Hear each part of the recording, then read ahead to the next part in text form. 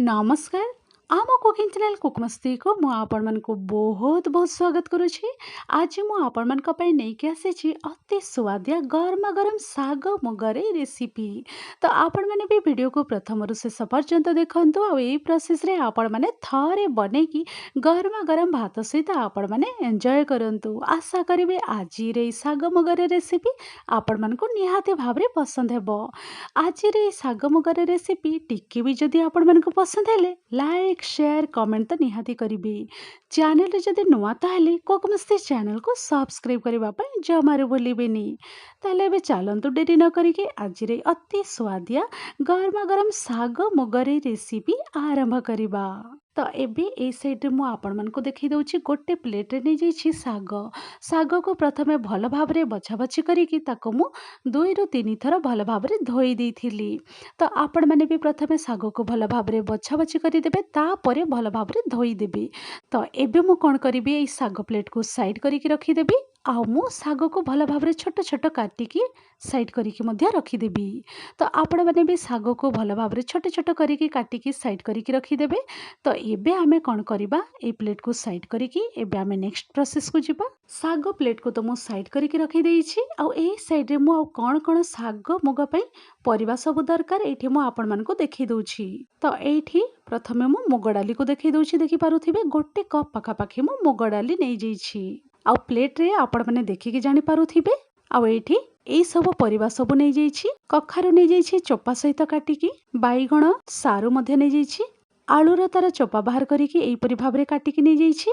आपण माने आपणकर मन पसंद हिसाब रे परिबा सब नै पारिबे। तो एठी मु कखारु, बाईगण, सारू, आलू को एमिति छोट छोट काटिकी नै जाइछि। आ परिबा को कटाकटी करिकि भल भाबरे मु धोई देइथिली। एबे आमे कोन करिबा एई परिबा कटा प्लेट को मु साइड करिकि रखि दउछि। एबे मु गैस साइड को जाउछि। एबे मु गैस साइड को पळे आसीछि। आ एमिति कढ़े गोटे नै जाइछि। आ फ्लेम ऑन करिकि लो फ्लेम रे मु रखि देइछि। तो कढ़े टिके गरम हे गला परे एबे मु एठी मुग डाली जो देखैथिले आपण मन को से मुग डालीटा मु एठी नै जाउछि। तो मुग डाली को कढ़े रे मु देई सारिला परे एबे मु भाजी देबी। तो फ्लेम को एबे मु रखि देइछि मीडियम फ्लेम रे। मीडियम फ्लेम रे रखि कि आमे मुग डाली को भाजी देबा टिके कलर चेंज हेबा पर्यंत। तो एठी मु 3 रु 4 मिनिट पाखा पाखी हे जाइछि। आ मुग डाली को भाजी की रेडी करि देइछि। एठी हल्का हल्का रे कलर टिके चेंज हे जाइछि। तो एबे मुग डालीटा भजा हे कि तो पूरा पूरी रेडी हे जाइछि। एबे मु फ्लेम को ऑफ करि दउछि। आ ए मुग डाली को कढ़ाई रो बाहर करिके मु साइड करिके रखि दउछि। ठंडा हे सारिला परे मुग डाली को भल भाबरे धोई देबे। आ धोई सारिला परे साइड करिके रखि देबा। परे आमे यूज करिबा। भजा मुग डाली को तो मु साइड करिके रखि देइछि। आ से कढ़े मु नै जाइछि। फ्लेम ऑन करिके मु गरम हेबा पे रखि देइथिली। गरम तो आगरु टिके हे जाइथिला। तो एबे गरम कढ़े रे मु देइ दउछि तेल। बड़ चामच रे गोटे चामच मु देइ दउछि तेल। तेल को मध्ये टिके गरम हेबा पे छाड़ीबा। तेल जेते बेले गरम हे जिवो एबे मु एठी देइ दउछि आधा चामच रो देइ दउछि जीरा। जीरा देइ सारिला परे टिके किछि सेकेंड फुटी गला परे एबे मु एठी देइ दउछि प्याज कटा और कंचा लंका देइ दउछि। तो एठी आपण माने तेजपत्र मध्य पकई पारिबे। तो एबे आमे कटा प्याज और कंचा लंका को टिके आमे 2 मिनिट पाखा पाखी भाजी देबा। ए रेसिपी को आपण माने बिना प्याज रसुण रे भी तैयारी करि पारिबे सेम प्रोसेस रे। तो एठी 2 मिनिट पाखा पाखी हे जाइछि। प्याज मध्य हल्का रे भाजी हे जाइछि। तो एबे मु एठी देइ दउछि रसुण। रसुण को मु टिके ग्रेट करिकि नै जाइथिली। रसुण देइ सारिला परे अदा को मध्य मु देइ दउछि। अदा को मध्य मु टिके ग्रेट करिकि नै जाइथिली। अदा रसुण को मु ग्रेट करिकि एठी ऐड करि दउछि। तो एबे मु आउ गोटे मिनिट पाखा पाखी भाजी दउछि। एमिते टिके हल्का रे भाजी हे गला परे एबे मु एठी देइ दउछि सब परिबा सब को ऐड करि दउछि। एका थर को कखारु, बाईगण, सारू, आलू सब परिबा मु देइ दैछि। सब परिबा को देइ सारिला परे आमे सब जिंस को भल भाबरे मिसई देबा। मिसई दे सारिला परे आमे कभर करिकि 4 रु 5 मिनिट पाखा पाखी आमे टिके सिझिबा पे छाड़ी देबा। 4 रु 5 मिनिट पाखा पाखी हे जाइछि। कभर खोलिकि एठी मु आपण मन को देखै दउछि परिबा मध्य हल्का रे सिझि जाइछि। तो आउ थरे आमे भल भाबरे मिसई देबा। मिसई दे सारिला परे एबे मु एठी देइ दउछि डाली। मुग डाली को आमे भाजी के जो साइड करिकि रखिथिलु से मुग डाली को आमे देइ देबा। तो भल भाबरे धोई कि ऐड करिवे। मुग डाली को मु भल भाव धोई देइथिली। धोई सारिला परे एठी मु आड करि दउछि। मुग डाली देई सारिला परे एबे एठी मु टमाटो कटा देई दउछि। 2टी मीडियम साइज रो टमाटो को मु भल भाव धोई देइथिली आ एमिति काटिकी देई दउछि। टमाटो कटा देई सारिला परे स्वाद अनुसार एबे आमे लूण देई देबा। ता सहित हळदी पाउडर टिके देई दउछि। हळदी पाउडर देई सारिला परे एठी मु देई दउछि भजा जीरा और लंका गुंड को देई दउछि। तो भजा जीरा लंका गुंड को देई देबे टिके बहुत ही बढ़िया वासना आसीबो। जीरा आउ लंका को टिके आपण माने सुखिला लंका को आपण माने टिके भाजी देबे आ ग्राइंड करिकि ताकू आपण माने एठी ऐड करि देबे। तो भजा जीरा लंका गुंड को देई सारिला परे एबे मु एठी देई दउछि गरम मसला गुंड टिके देई दउछि। एतिके मसला देई सारिला परे एबे आमे भल भाबरे मिसेई देबा।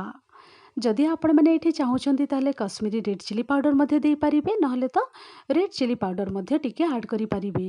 तो एतिके मसला देई सारिला परे भल भाबरे मु मिसेई दउछि। मिसेई देई सारिला परे मु लो टू मीडियम मझिरे रखी दउछि फ्लेम को आउ 3 ରୁ 4 मिनिट कवर करिकि मु टिके कुक हेबा पई छाडी दउछि।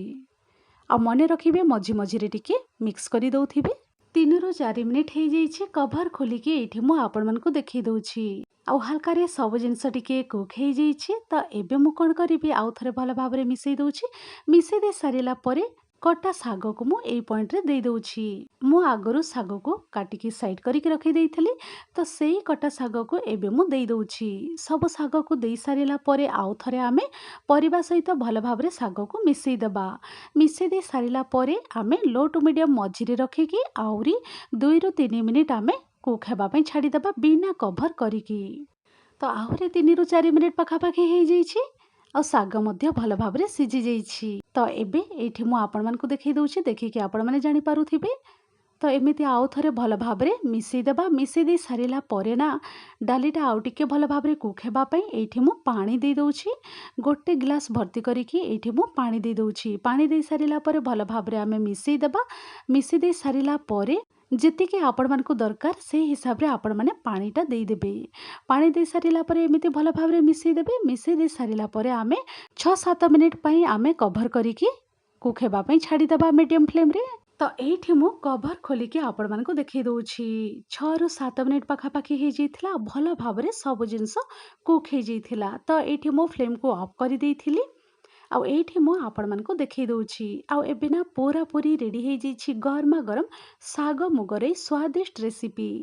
तो आपण माने जदि चाहुचंती जदि अवेलेबल अछि ताहेले भजा बड़ी मध्य आपण माने ऐड करि पारिबे। बड़ी को टिके आपण माने भाजी की टिके खंड करिकि मध्य ऐड करि पारिबे। बहुत ही बढ़िया लागिबो। नहले तो नडिया कोरा करिकि भी आपण माने ऐड करि पारिबे। नडिया को टिके कोरि देकी भी आपण माने से नडिया को ऐड करि पारिबे। बहुत ही बढ़िया लागिबो। मु आपण मानक सहित बहुत ही सहज उपाय शेयर करिछि एई साग मुगर रेसिपी। आशा करिबी एई साग मुगर रेसिपी आपण मानकु निहाती भाबरे पसंद हेबो। आपण माने एई रेसिपीटी को बिना प्याज रसुण रे भी आपण माने तयारी करिके एन्जॉय करि पारिबे। एठी मु आजि आपण मानक सहित प्याज रसुण रे शेयर करिछि। बहुत ही बढ़िया लागिबो। तो आपण माने थरे एई प्रोसेस रे भी तयारी करिकि गरमा गरम भात सहित आपण माने एन्जॉय करंतु।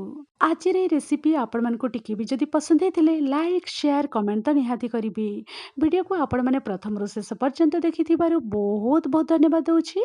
तो चलंतु आपण माने भी तयारी करिकि गरमा गरम भात सहित एन्जॉय करंतु। मोर होछि पुणी एमदी इजी टेस्टी स्वादिया रेसिपी नै कि गोटे नुआ वीडियो नुआ रेसिपी रे आपण मानक सहित पुणी थरे देखा करिवि। Thanks for watching. Bye bye, take care.